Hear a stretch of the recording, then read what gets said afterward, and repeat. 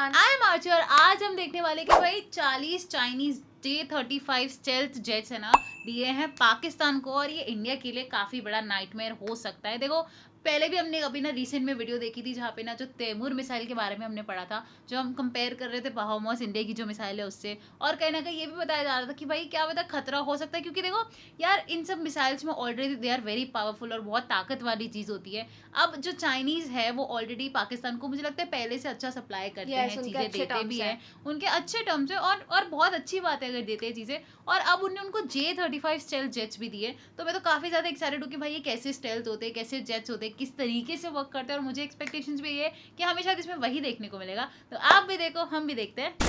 पाकिस्तान को J-35 मिलने जा रहे हैं चाइना से, और शायद इसी साल मिल जाएंगे। हालांकि बातचीत पिछले साल की थी, लेकिन J-35 स्टेल्थ फाइटर उनको इसी साल शायद डिलीवरी मिलने जा रही है। करीब 40 प्लेन्स मिलेंगे।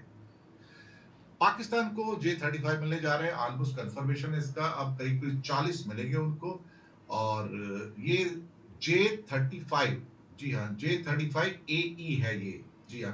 इसकी डिलीवरी 2026 में हो सकती है। अभी हालांकि अच्छा, मुझे लगा कि हो गई है, पिछले साल ही इनको मिलना, हमें भी यही लगा। लेकिन इस बार ये जो मिलेगा इनको ये स्टेल्थ बॉम्बर्स हैं। तो स्टेल्थ बॉम्बर मतलब ये अभी इनको एक दूसरी AIP सबमरीन भी मिल गई है, वो भी थोड़ा सा इंडिया से आगे निकल गए। इंडिया के पास AIP सबमरीन नहीं है, और इनको अब ये J-35AE मिलने जा रहा है। 40 की बात हो रही है कुछ। इससे पहले J-10 भी उनके पास है, JF-17 भी उनके पास है। तो वो मॉडर्नाइजेशन कर रहे हैं अपना, खास तौर से एयरफोर्स का या नेवी का और बाकी जो फोर्सेस हैं, और चाइना का उसमें एक मेन बहुत बड़ा हिस्सा है। तो that will give the real time advantage. आज की ये खबर सिर्फ एक डिफेंस अपडेट नहीं है, बल्कि आसमान में शुरू होने जा रहे उस नए खेल की कहानी है, नए खेल की कहानी, रणनीति और ताकत तीनों मिलकर युद्ध का भविष्य तय करने वाले हैं। क्योंकि पाकिस्तान को मिलने जा रहे हैं चीन के अदृश्य फाइटर जेट, जी हाँ, J-35 फाइटर जेट। और सवाल ये है कि क्या भारत का सबसे ताकतवर हथियार दसौर रफाले इसका जवाब दे पाएगा? कल्पना कीजिए एक ऐसा विमान जो रडार पर दिखे ही नहीं, जो दुश्मन के इलाके में घुसकर हमला करे और वापस निकल जाए बिना स्टेल्थ बॉम्बर्स की ताकत ही यही है J-35, चीन का वो स्टील्थ हथियार जिसे खास तौर पर उन देशों के लिए डिजाइन किया गया है जो पश्चिमी टेक्नोलॉजी से दूर है। और अब पाकिस्तान इसे अपने एयरफोर्स चाइना से तो कितना ज्यादा एडवांस होगा। रिपोर्ट्स कहती हैं कि करीब 40 J-35 जेट्स की डील लगभग तय मानी जा रही है, और 2026 के अंत तक ये विमान पाकिस्तानी आसमान में उड़ते नजर आ सकते हैं। अब जरा समझिए इस गेम का असली ट्विस्ट। J-35 कोई साधारण फाइटर जेट नहीं है, ये 5वीं पीढ़ी का स्टील्थ फाइटर है, यानी वही कैटेगरी जिसमें दुनिया का सबसे एडवांस जेट F-35 लाइटनिंग 2 आता है।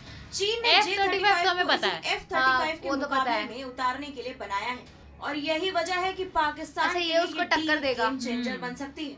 J-35 की सबसे बड़ी ताकत है इसका स्टील्थ, यानी रडार से बचने की क्षमता। इसका रडार क्रॉस सेक्शन इतना छोटा बताया जाता है कि जैसे इंसान की हथेली, मतलब दुश्मन के रडार को धोखा देना इसका सबसे बड़ा हथियार है।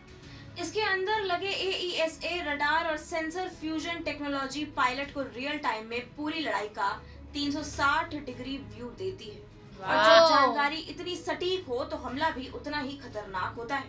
ये ट्विन इंजन जेट है जिसकी स्पीड करीब मैच 1.8 तक जा सकती है, और इसकी कॉम्बैट रेंज 1200 से 1350 किलोमीटर के बीच मानी जा रही है, यानी ये बिना रुके लंबी दूरी तक मिशन पूरा कर सकता है।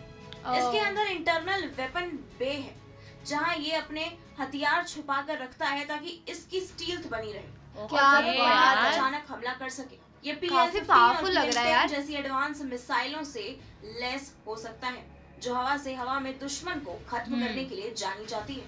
अब सवाल उठता है, क्या ये भारत के लिए खतरा है? जवाब है हाँ, लेकिन कहानी इतनी सीधी भी नहीं है, क्योंकि हम पे थोड़ी ना अटैक करेंगे यार ये लोग। भारत का सबसे भरोसेमंद और घातक योद्धा राफेल, जिसे इंडिया ने खास तौर पर अपनी एयर डोमिनेंस के लिए चुना है। राफेल भले ही 5वीं पीढ़ी का स्टील्थ जेट नहीं है, लेकिन ये 4.5 जनरेशन का ओमनी रोल फाइटर है। तो एक तरफ है स्टील्थ का बादशाह J-35 और दूसरी तरफ है फायर पावर का किंग राफेल। अब King सोचिए अगर ये Rafale। दोनों आमने सामने आए तो क्या होगा। डिफेंस एक्सपर्ट्स कहते हैं कि J-35 की सबसे बड़ी ताकत उसका पहला वार है। यानी अगर वो रडार से बचकर पहले हमले कर दे तो उसे बढ़त मिल सकती है। लेकिन अगर राफेल को उसकी मौजूदगी का अंदाजा हो जाए तो फिर गेम पलट सकता है, क्योंकि राफेल की मिसाइलें, उसकी स्पीड और उसकी इलेक्ट्रॉनिक वॉरफेयर क्षमता उसे बेहद खतरनाक बनाती है। यानी ये लड़ाई सिर्फ मशीनों की नहीं होगी बल्कि टेक्नोलॉजी, रणनीति और हर चीज की पायलट होगी। की समझ की भी होगी, और यही इसे और ज्यादा पर दिलचस्प लड़ाई बनाता होनी है। क्यों है, मुझे ये बताओ। पाकिस्तान ने लड़ाई रुकवाई है, पाकिस्तान अब लड़ाई नहीं करेगा। क्यों पाकिस्तान की करेगा? ताकत नहीं बढ़ा रही बल्कि चाइना की रणनीति का हिस्सा है। चीन अच्छा चाहता है कि वो ग्लोबल हथियार बाजार में अपनी पकड़ मजबूत करे और अच्छा उन कि देशों हम को चाइना से विकल्प दें, खरीदें। जो अमेरिका या यूरोप से हथियार नहीं खरीद सकते। J-35 उसी रणनीति का हिस्सा है। अगर पाकिस्तान को ये जेट मिलते हैं तो दक्षिण एशिया में पहली बार कोई देश 5वीं पीढ़ी का स्टील्थ फाइटर ऑपरेट करेगा और इससे हवाई शक्ति का संतुलन बदल सकता क्या है। बात है तो कुल यार। मिलाकर आने वाला वक्त आसमान में एक नई रेस का गवाह बनने वाला है, जहां अदृश्य ताकत और खुली ताकत के बीच टक्कर होगी, जहां हर उड़ान एक संदेश होगी और हर मिशन एक रणनीति। और Yes. सबसे बड़ा सवाल यही रहेगा, क्या स्टील्थ की चुप्पी जीतेगी या ताकत की गति? J-35A स्टेल्थ लड़ाकू विमान देगा चीन, और इसके लिए अगस्त में डिलीवरी की तारीख भी तय कर ली गई है। अब क्या भारत को घबराने की जरूरत है? पाकिस्तान को अगर चीनी स्टेल्थ फाइटर जेट J-35A मिलता है तो उसकी एयरफोर्स के लिए ये कितनी क्रांतिकारी छलांग साबित हो सकती है। कम से कम टेक्नोलॉजी और एडवांस फाइटर जेट के फ्रंट पर वो भारत के खिलाफ बढ़त हासिल करता हुआ दिखाई दे रहा है। अगर ऐसा होता है तो दरअसल ये फिफ्थ जनरेशन फाइटर प्लेन्स में शुमार है। फाइटर प्लेन्स क्या होते हैं बताएंगे आपको। और हाँ, भारत के पास अभी तक कोई स्टेल्थ फाइटर जेट नहीं है जो कि J-35A है। और साथ ही साथ भारत के पास एडवांस फाइटर जेट में सिर्फ राफेल है, जिसकी संख्या भी भारत के पास सिर्फ 36 है, 36। पाक के आखिर इरादे क्या है? के पास 40 आ रहे हैं में लेने के लिए जाते हैं, ये तो फाइटर प्लेन्स हैं भाई। हम समझते हैं कि उसकी क्या क्या खूबियां हैं। क्या खूबियां हैं J-35A की? ये फिफ्थ जनरेशन क्या होता है? F-35 जो पाकिस्तान ने ऑलरेडी लिया हुआ है, उससे क्या मुकाबला हो? F-16 सॉरी, F-16 J-17 जो चाइना से पहले लिया हुआ था। ये जरा कंपैरिजन बताइए, समझाइए। स्टील्थ फाइटर जेट ये बेसिकली अगर समझे तो स्टील्थ फाइटर जेट एक स्टील्थ जो है टेक्नोलॉजी है, राइट। फाइटर जेट्स के ऊपर में कोड किया जाता है टेक्नोलॉजी। फिफ्थ जनरेशन में स्टेल्थ टेक्नोलॉजी होती है। फिफ्थ जनरेशन स्टील्थ टेक्नोलॉजी की मदद से बनाए जाते हैं। ये फाइटर जेट का मेन जो होता है ये रडार और एयर डिफेंस जो होते हैं, इसको चकमा देने के लिए इनको डिजाइन किया जाता है।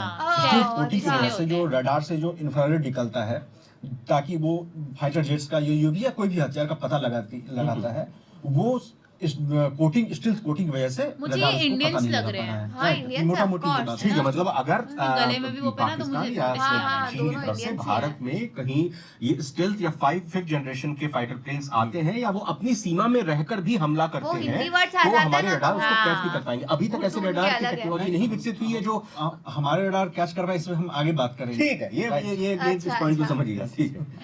दूसरी बात है कि इसमें स्पीड इसकी ज्यादा होगी, राइट। ओह। J-35A की उसका अच्छा। इलेक्ट्रॉनिक वारफेयर जो होता है, हाँ। इसका इसमें से क्षमता ज्यादा होगी। इलेक्ट्रॉनिक वारफेयर मतलब ये होता है कि जो आप जैसे रडार है सिस्टम में या के अंदर। नेटवर्क सिस्टम और नेविगेशन सिस्टम होता है। इलेक्ट्रॉनिक वारफेयर से क्या किया जाता है कि आप दुश्मन की जो सब सिस्टम होते हैं उसको आप लॉक कर देते हैं, जाम कर देते हैं या फिर उसको तबाह कर देते हैं, राइट। इससे क्या होता है कि दुश्मन के रडार जो आपको ट्रैक करने वाले हैं या एयर डिफेंस सिस्टम जो आपको मारने वाले हैं, आप उस क्षमता को पहले ही खत्म कर देते हैं। तो ये इसमें ज्यादा मजबूती होगा, नेटवर्किंग इसका ज्यादा बेहतर होगा।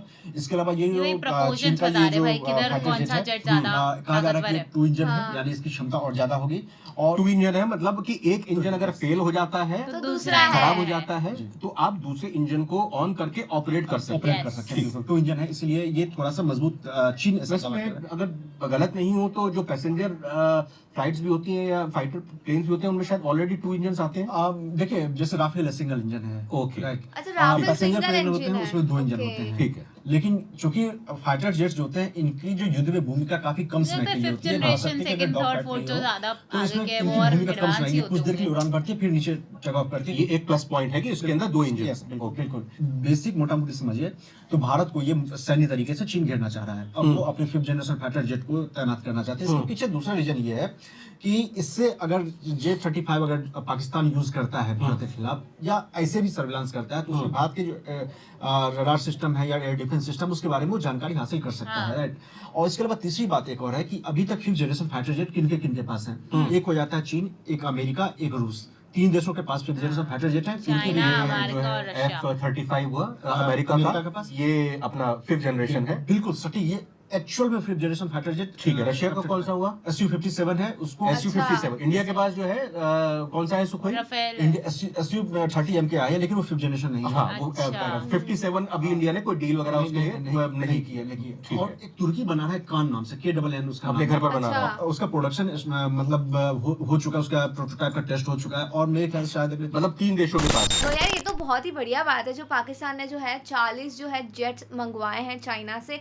और यार ये जो है ना कहीं पाकिस्तान को ना वो स्ट्रॉन्ग ही बना रही है। अब ऐसे लग रहा है ना कि पाकिस्तान जो है एकदम से निखर के आ रहा है, बिकॉज वो जो है अभी जैसे सीज फायर का भी हमको पता लगा था, और अभी जो है ना वो इन टर्म्स ऑफ वेपन्स भी काफ़ी ज़्यादा स्ट्रॉन्ग होने की कोशिश कर रहा है कि उसके पास जो है एडवांस वेपन्स होने चाहिए कि इन केस फ्यूचर में कभी किसी के साथ वॉर होती है।